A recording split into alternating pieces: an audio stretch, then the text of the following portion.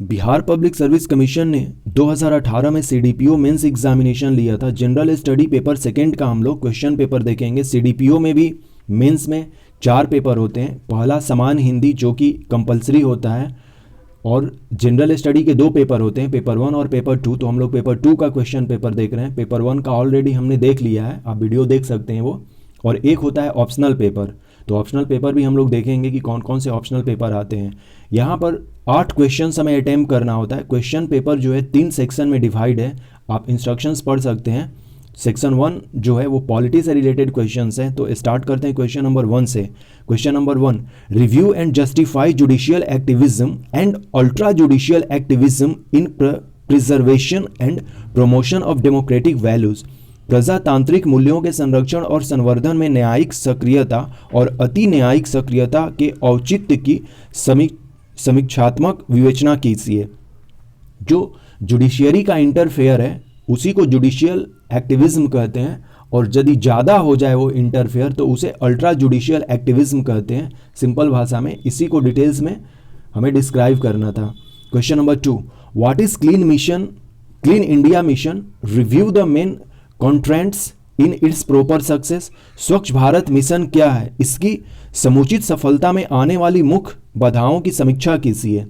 Question number 3, analyse the immediate and long term effect of demonetization on particular sectors like unorganized retail and agriculture। उस समय actually demonetisation हुआ था, तो उस basis पर ये क्वेश्चंस पूछ लिया गया था। विमुद्रीकरण का असंगठित खुदरा और कृषि जैसे विशेष क्षेत्रों पर पड़ने वाले तत्कालिक और दीर्घकालिक प्रभावों का विश्लेषण कीजिए। Question number 4, right to privacy is an integral part of right to life, discuss. निजता का अधिकार जीवन के अधिकार का अंतर्गत एक भाग है, विवेचना कीजिए। इस तरह के क्वेश्चन आते रहते हैं। पॉलिटी में जो मेन जो सेक्टर है उसी से क्वेश्चन पूछे जाते हैं, जैसे प्रेसिडेंट है, गवर्नर है, प्राइम मिनिस्टर है, चीफ मिनिस्टर है। इनसे फंडामेंटल राइट से, डीपीएसपी से, इवन फंडामेंटल ड्यूटी से भी क्वेश्चंस पूछे जाते हैं। तो ये जो कुछ बेसिक क्वेश्चंस के टॉपिक हैं पॉलिटी के, वो तैयार रखने चाहिए हमें। सेक्शन 2 जो है इकोनॉमिक और जियोग्राफी से रिलेटेड होते हैं। तो देखते हैं कि इकोनॉमिक और जियोग्राफी में कैसे क्वेश्चंस रहते हैं। सेक्शन 1 जो था उससे 3 क्वेश्चन अटैम्प्ट करने हैं, और सेक्शन 2 से भी 3 क्वेश्चन अटैम्प्ट करने हैं।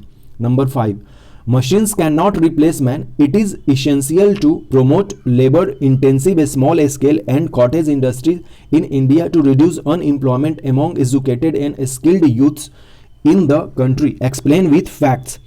मशीनें मनुष्यों को प्रतिस्थापित नहीं कर सकती हैं। देश में शिक्षित एवं कुशल युवकों की बेरोजगारी कम करने हेतु भारत में श्रम प्रधान लघु स्तरीय एवं कुटीर उद्योगों को प्रोत्साहित करना आवश्यक है। तथ्यों सहित व्याख्या कीजिए। सिंपल सी बात है, क्योंकि हमारा पॉपुलेशन जो है काफ़ी ज़्यादा है। जहाँ पर पॉपुलेशन नहीं है वहाँ पर मशीन प्रमोट किए जा सकते हैं और रिप्लेस कर सकते हैं वो ह्यूमन वर्क को, लेकिन हमारा जो ह्यूमन फोर्स है वो ज़्यादा है। तो हमें क्या है कि सब लोगों को रोज़गार देना है। तो स्मॉल जो और लेबर इंटेंसिव जो इस तरह के इंडस्ट्रीज़ होते हैं, जैसे cottage industries, small scale industries, इनको प्रमोट करना चाहिए कि ज़्यादा से ज़्यादा एम्प्लॉयमेंट जनरेट हो सके। Question number 6, decentralization is not simply the dispersal of industries at different places. Decentralization of ownership among large number of people from the hands of very few is also necessary. Why and how? देखिए, ये जो question number 5 पूछा गया था इसको थोड़ा सा discuss कर लेते हैं। ये इंडिया के कंटेक्स्ट में पूछा गया है। किसी और कंट्री में हो सकता है कि मशीन रिप्लेस कर दे ह्यूमन को, लेकिन अकॉर्डिंग टू इंडिया का जो अभी सिचुएशन है उसमें हमें मैन जो है वो मशीन जो है मैन को नहीं रिप्लेस कर सकती है। ये दिमाग में रखते हुए इस क्वेश्चन का आंसर फ्रेमिंग करना था। क्वेश्चन नंबर सी जो है, विकेंद्रीकरण साधारणतः उद्योगों का विभिन्न स्थानों पर छितराव मात्र नहीं है। थोड़े से लोगों के हाथों की अपेक्षा बहुत से लोगों के मध्य स्वामित्व का विकेंद्रीकरण भी आवश्यक है। क्यों और कैसे? यहाँ पर भी उसी तरह का कुछ कॉन्सेप्ट है कि डिसेंट्रलाइजेशन जो है कितना इंपॉर्टेंट है किसी भी इंडस्ट्रीज या किसी भी मतलब कि व्यक्ति को प्रमोट करने के लिए। Question number 7, development plans in India should be based on Jio economic zonal characteristics instead of administrative based state units for maximum utilization of natural resources, whether SEZ is the right strategy for this, and if not, suggest alternative strategy. Bharat में विकास योजनाएं प्रशासनिक आधारित राज्य इकाइयां न होकर भू आर्थिक क्षेत्रीय विशेषताओं पर आधारित होनी चाहिए, जिससे प्राकृतिक साधनों का अधिकतम उपयोग हो सके। क्या विशेष आर्थिक क्षेत्र जो है नीति इस हेतु उपयुक्त है? यदि नहीं तो वैकल्पिक नीति का सुझाव कीजिए। इसमें भी सेम उसी तरह से कहा गया है कि देखिए, केवल एडमिनिस्ट्रेशन से सरकार या जो नेचुरल रिसोर्स है या जो डेवलपमेंट है वो सही से नहीं हो सकती है, जब तक कि हम जियोग्राफी और इकोनॉमिक दोनों को जोड़कर न देखें कि अकॉर्डिंग टू, देखिए इकोनॉमिक डेवलपमेंट जो है वो जियोग्राफी के अकॉर्डिंग करनी चाहिए कि वो किस तरह का एरिया है, उसके बाद हमें अपना नियम कानून बनाना चाहिए, न कि हर एक, इसमें बस यही चीज़ है कि हर एक को एक ही फिट नहीं करना है कि सबको एक ड्रेस बना दिए और सबको वही पहना रहे हैं, नहीं।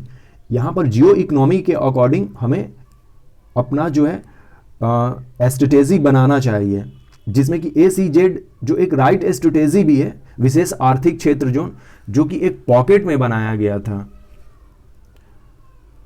क्वेश्चन नंबर 8 जो है, with the claim of having achieved a growth rate of 10.7%, the highest among all states in India, the rate of seasonal migration of labour has increased from Bihar to the other states and NCR, मतलब जो national capital region है NCR, Delhi का वो वाला पूछा गया है।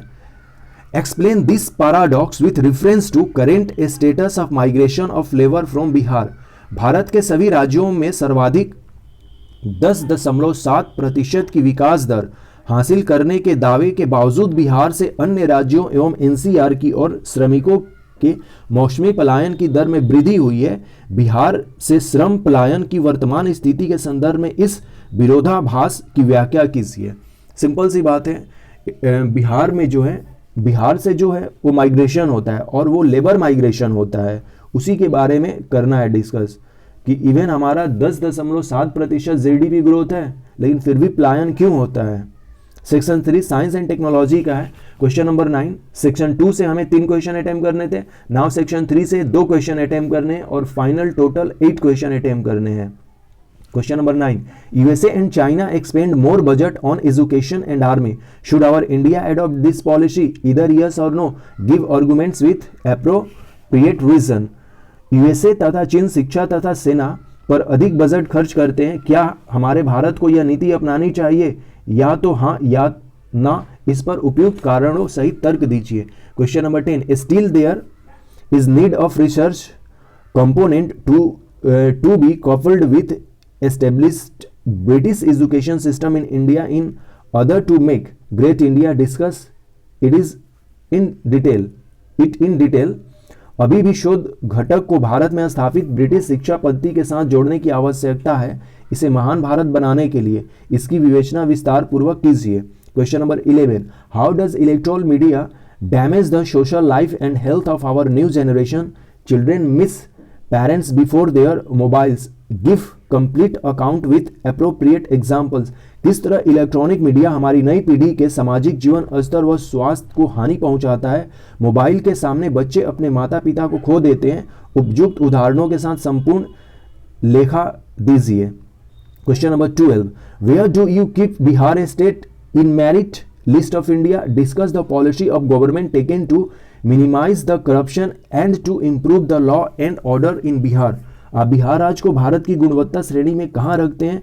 बिहार राज्य में भ्रष्टाचार को कम करने तथा सुरक्षा व्यवस्था को सुधारने की सरकारी नीतियों की विवेचना कीजिए। ये अपने टोटल 12 क्वेश्चन है, जिसमें से कि 8 क्वेश्चन अटेम्प्ट करने थे और सेक्शन 3 से 2 क्वेश्चन अटेम्प्ट करने थे।